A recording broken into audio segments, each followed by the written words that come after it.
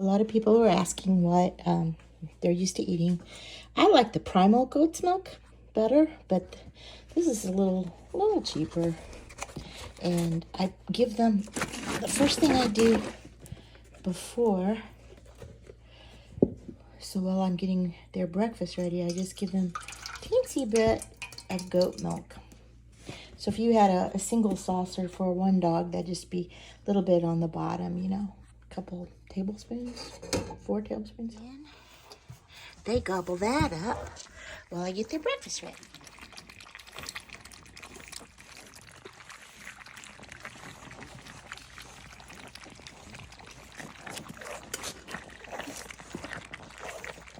I get some of this puppy, the mini, and kibble from Mina Ancestral Grains.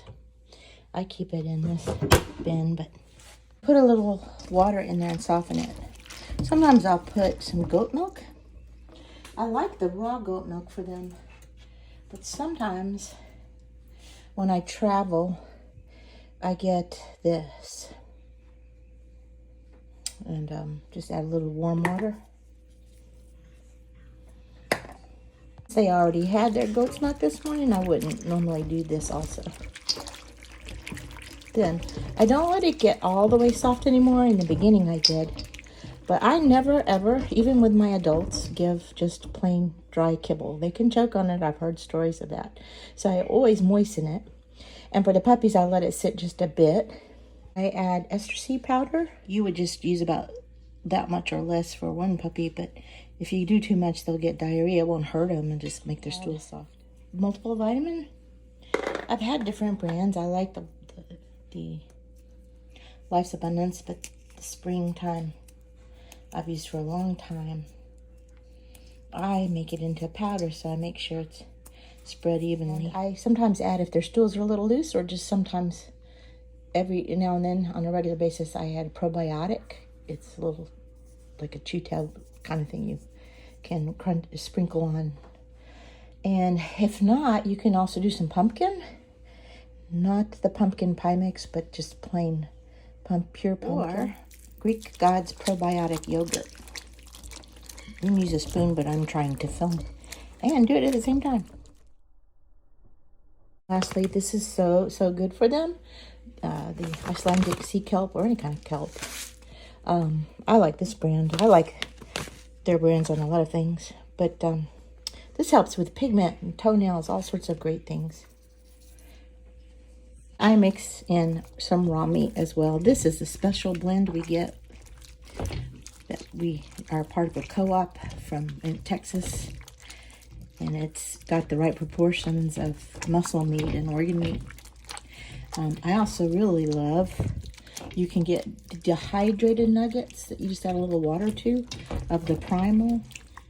And there's several things, like there's a cheaper one, Tucker's, that's what it is, Tucker's freeze-dried raw, Stella Chewy, but I really like the primal. Love to Hollywood Feed, different places you can get this, but I get all different meats, chicken or beef or lamb. They have everything, but I just kind of try to get the cheaper ones. Lamb's really good, but this is nice. What I just put in there that we buy from the co-op has veggies and vitamins in it too, but this has the ingredients listed and they're really amazing. So you have vegetables and things in there too. So I mix that in with the kibble. It's hard to transport what we buy from the co-op, so I get those Hollywood Feed primal ones for when I travel or when I run out. Sometimes we don't order the right amount of raw meat.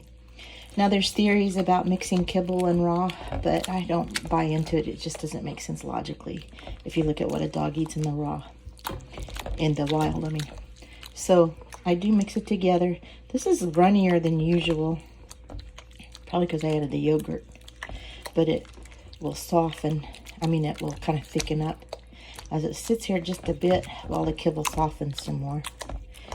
And then I give them their breakfast, and they eat this per puppy. That's a third of a cup plus a little bit, because I'll put a little bit more per puppy. It's 3 times a day. Plus, they get lots of treats for training, which is just raw meat, steak cut up, or chicken cooked, or lamb raw or cooked, or cream cheese mixed in with some of that raw meat I just showed you, or liverwurst just a little bit because it's salty, or any number of kind of real flavorful meat like that. But cream cheese, even though it's a little messy, it's really great for training.